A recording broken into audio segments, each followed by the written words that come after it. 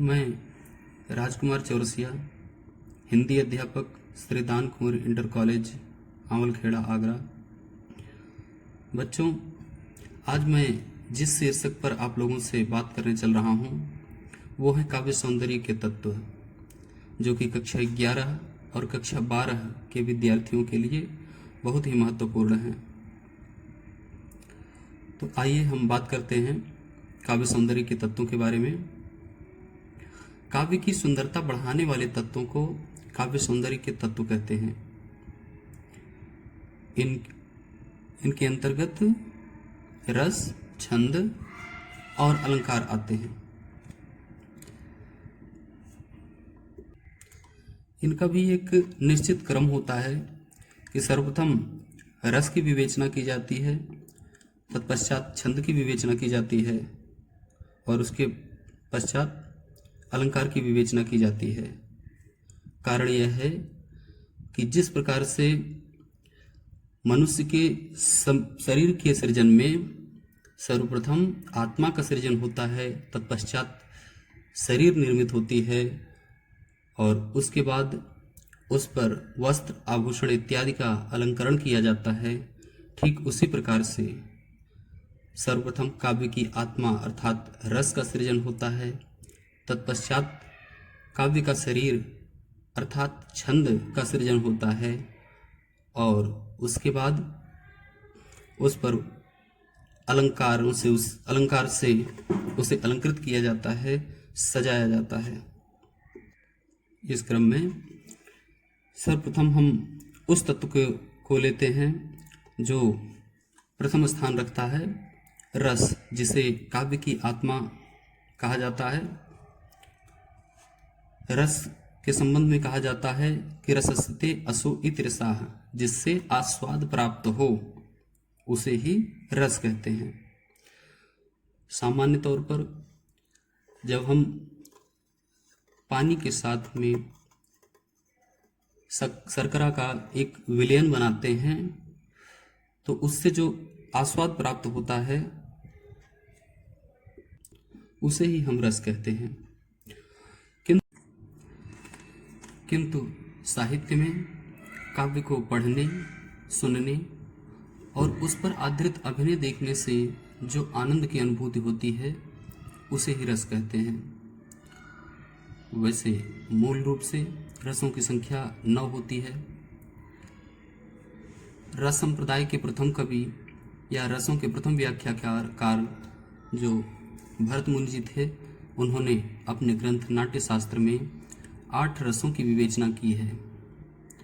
बाद में ध्वन संप्रदाय के प्रवर्तक आचार्य आनंदवर्धन जो थे, उन्होंने एक शांत रस को भी जोड़ दिया था, जिसके कारण रसों की संख्या 9 हो गई।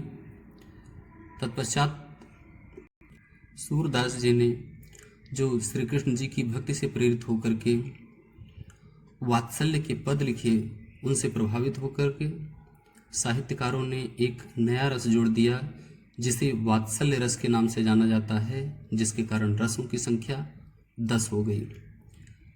और इसके बाद मीराबाई ने श्री कृष्ण जी की भक्ति के जो गीत गाए, जो पद गाए, उनके द्वारा रसों की संख्या और बढ़ गई। साहित्यकारों ने एक भक्ति रस को जोड़ दिया जिससे रसों की संख्या 11 हो गई। तो वर्तमान में रसों की संख्या 11 है, किंतु मूल रूप में अभी भी 9 रस ही माने जाते हैं। आचार्य भरत मुनि ने अपने नाट्य शास्त्र में एक सूत्र दिया है, विभावानुभाव व्यभिचारी संयोगाद्रस निष्पत्ति, अर्थात विभाव, अनुभाव और व्यभिचारी भाव के संयोग से रस की निष्पत्ति होती है। आचार्य भरत मुनि जी ने एक तत्व नहीं बताया था जिसे कहते हैं स्थायी भाव। स्थायी भाव भी रस का एक मूल तत्व है और यदि स्थायी भाव को भी लिया जाए तो रस के तत्वों की संख्या हो जाती है 4। स्थायी भाव, विभाव, अनुभाव और व्यभिचारी भाव, जिसे संचारी भाव के नाम से भी जाना जाता है। अब इनमें से हम प्रथम तत्व की बात करते हैं, जिसे स्थायी भाव के नाम से जाना जाता है। मनुष्य के हृदय में जो मूल रूप से विद्यमान रहते हैं, जो कि मनुष्य की उत्पत्ति के साथ ही उसके हृदय में आते हैं, मनुष्य के हृदय में विद्यमान रहते हैं पहले से ही, ऐसे भावों को स्थायी भाव कहा जाता है। जैसे श्रृंगार रस का स्थायी भाव रति होता है, विभत्स रस का स्थायी भाव जुगुप्सा होता है, वीर रस का स्थायी भाव उत्साह होता है। तो प्रत्येक रस के लिए अलग अलग स्थायी भाव हैं। अब इनमें से एक एक रस के लिए उनके स्थायी भाव ये आप देख लीजिए। श्रृंगार रस का स्थायी भाव रति होता है। श्रृंगार रस में दो भाग हो जाते हैं, संयोग श्रृंगार और विप्रलंब श्रृंगार। विप्रलंब श्रृंगार या इसको वियोग श्रृंगार भी कहा जाता है, वियोग श्रृंगार। तो संयोग श्रृंगार या वियोग श्रृंगार दोनों का स्थायी भाव रति ही होता है। करुण रस का स्थायी भाव शोक, वीर रस का स्थायी भाव उत्साह, रौद्र रस का स्थायी भाव क्रोध, हास्य रस का स्थायी भाव हास, अद्भुत रस का स्थायी भाव आश्चर्य, शांत रस का स्थायी भाव निर्वेद, विभत्स रस का स्थायी भाव जुगुप्सा, भयानक रस का स्थायी भाव भय, वात्सल्य रस का स्थायी भाव संतान विषयक रति और भक्ति रस का स्थायी भाव देव विषयक रति होती है। ये सारे के सारे भाव मनुष्य के हृदय में उसकी उत्पत्ति के समय से ही विद्यमान रहते हैं, जिनको बाह्य कारणों के माध्यम से बाहर निकाला जाता है, इनका रूप परिवर्तित किया जाता है, रस के रूप में परिणत किया जाता है। अब उन तत्वों के संबंध में हम आगे बात करेंगे। अब रस के अवयवों में दूसरा अवयव है विभाव। विभाव होते क्या हैं कि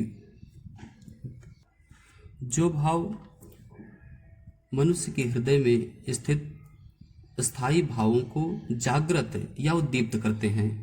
जागृत का मतलब जगाने का कार्य करते हैं, अथवा उद्दीप्त का मतलब उन्हें आगे बढ़ाने, उन्हें तेज करने का कार्य करते हैं, क्योंकि स्थायी भाव तो पहले से ही मनुष्य के हृदय में विद्यमान रहते हैं। अब विभाव में दो विभाव होते हैं, आलंबन विभाव और उद्दीपन विभाव।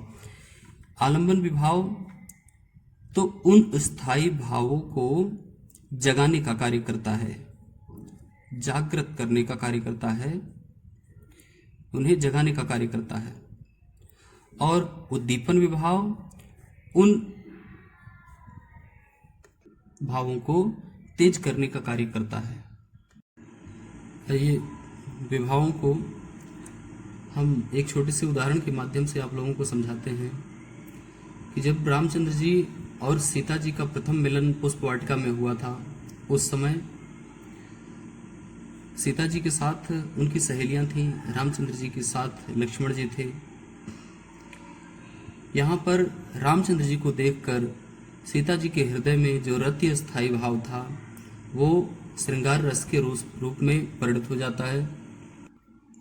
यहाँ रामचंद्र जी आलंबन के रूप में हैं, क्योंकि उन्हीं के कारण रति स्थायी भाव रस के रूप में बदल रहा है। अब सीता जी के हृदय में श्रृंगार रस उत्पन्न हो रहा है, जिसके कारण सीता जी यहाँ पर आश्रय हैं। सीता जी की सहेलियां उन्हें प्रेममयी बातों से आह्लादित कर रही हैं। उस समय पक्षियों का कलरव हो रहा था, पुष्पों की सुगंधी बिखर रही थी, भ्रमरों की मधुर गुंजार हो रही थी, पत्तियों की सरसराहट की आवाज आ रही थी, झरनों का कलकल निनाद हो रहा था, शीतल मंद सुगंधित जमीर बह रही थी। ये सारी की सारी बातें, सारी के सारे तत्व उद्दीपन का कार्य कर रहे थे, जो कि सीता जी के हृदय में उत्पन्न श्रृंगार रस को और अधिक तीव्रता प्रदान कर रहे थे।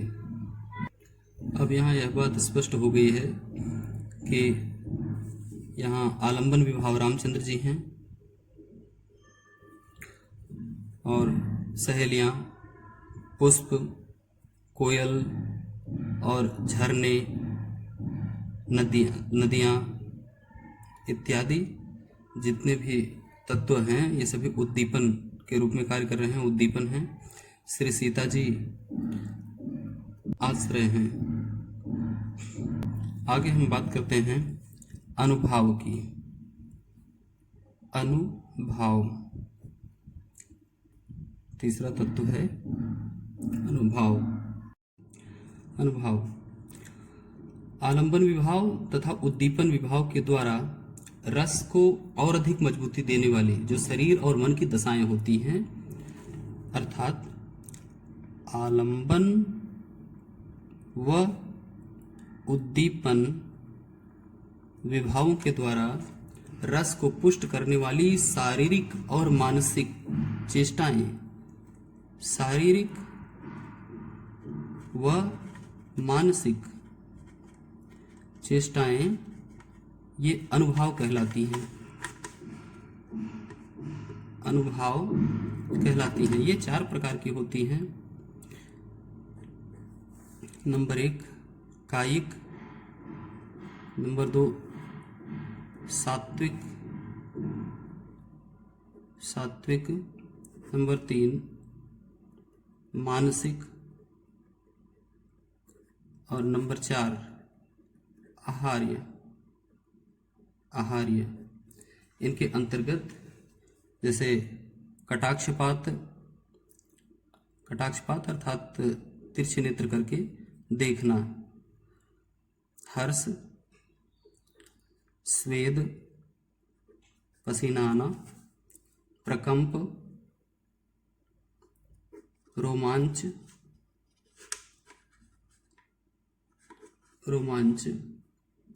संकेत, लज्जा आदि, ये सभी भाव अनुभाव कहे जाते हैं। अब आगे हम बात करते हैं संचारी भावों की, जो चौथा तत्व है रस का। इसके चौथे तत्व अर्थात संचारी भाव के बारे में हम बात करेंगे। संचारी भाव, इन संचारी भावों को व्यभिचारी भाव भी कहा जाता है। व्यभिचारी भाव। संचारी भाव जो स्थायी भाव होते हैं, जो मनुष्य के शरीर में पहले से ही पड़े होते हैं, इन स्थायी भावों को पुष्ट करके रस की निष्पत्ति में सहायता करने वाले भावों को संचारी भाव कहा जाता है। अर्थात स्थायी भावों को पुष्ट करके रस की निष्पत्ति में सहायता पहुंचाने वाले भावों को संचारी भाव कहा जाता है। इनकी संख्या कुल 33 होती है। संचारी भावों की संख्या 33 होती है। इन भावों को संचारी भाव क्यों कहा जाता है? ये संचारी भाव इन्हें इसलिए कहा जाता है क्योंकि ये भाव एक रस से दूसरे रस में विचरण करते रहते हैं। ऐसा नहीं है कि एक रस में उत्पन्न होने के पश्चात ये संचारी भाव केवल उसी रस में रह जाएं। ये भाव श्रृंगार रस में भी उत्पन्न हो सकते हैं और अगले ही क्षण हास्य रस में भी उत्पन्न हो सकते हैं, करुण रस में भी उत्पन्न हो सकते हैं, किसी भी रस में ये पहुंच सकते हैं। इसलिए इनको संचारी भाव कहा जाता है, क्योंकि ये संचरण करते रहते हैं, एक रस से दूसरे रस में पहुंचते रहते हैं। ये पानी के बुलबुलों की भांति होते हैं। जिस प्रकार से पानी के बुलबुले उत्पन्न होते हैं और अगले ही क्षण फूट जाते हैं और उसी जल में विलीन हो जाते हैं, ठीक उसी प्रकार से ये रस भी, ये संचारी भाव भी किसी एक रस में थोड़े समय के लिए उत्पन्न होते हैं और फिर अगले ही क्षण ये विलीन हो जाते हैं। और इनको व्यभिचारी भाव भी कहा जाता है। व्यभिचारी भाव इसलिए कहा जाता है क्योंकि जिस प्रकार जो स्थिति एक व्यभिचारी मनुष्य की होती है कि किसी एक सुंदर चेहरे को देखता है, उस पर सम्मोहित होता है, किंतु बहुत दिनों तक वह स्थिरता बनी नहीं रहती है। कुछ ही समय पश्चात वो दूसरे सुंदर चेहरे की तलाश करने लगता है और कुछ दिनों तक उसका उपभोग करने के पश्चात फिर अगले सुंदर चेहरे की तलाश करने लगता है। इसी प्रकार से इन संचारी भावों की भी स्थिति होती है कि एक रस के पश्चात दूसरे रस में, दूसरे रस के पश्चात तीसरे रस में, इसी प्रकार से संचरण करते रहते हैं। इसलिए इनको व्यभिचारियों जैसी स्थिति होने के कारण व्यभिचारी भाव भी कहा जाता है। इनकी संख्या हमने बताया कि 33 होती है। ये 33 संचारी भाव हैं: विवतौ, शंका, गारव, चिंता, मोह, विषाद, दैन्य, असूया, मृत्यु, मद, आलस्य, श्रम, उन्माद, आकृति गोपन, चपलता, अपस्मार, भय, ग्लानि, मृड़ा, जड़ता, हर्ष, धृति, मति, आवेग, उत्कंठा, निद्रा, स्वप्न, बोध, उग्रता, व्याधि, विमर्श, वितर्क, स्मृति। इस प्रकार से कुल 33 हैं।